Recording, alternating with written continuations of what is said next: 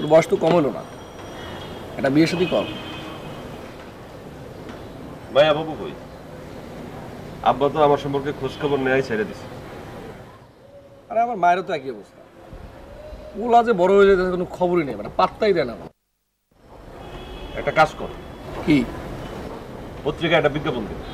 দুর্বল মানুষজন একটা মানুষের সামনে মুখ দেখানো যাবে? তুই ঢাকা শহরে কয়টা মানুষের চিনস?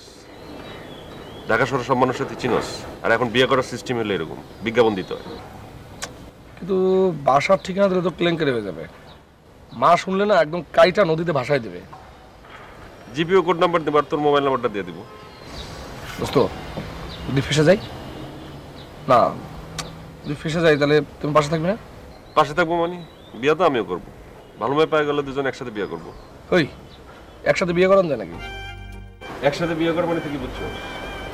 অনেক মেয়ে বায়োডাটা পাঠাবে, এর মধ্যে থেকে আমার একটা দিবি, তুই একটা রাখবি। বয়স্ক একটা পাইলে একটা মামার সাথে দিবি।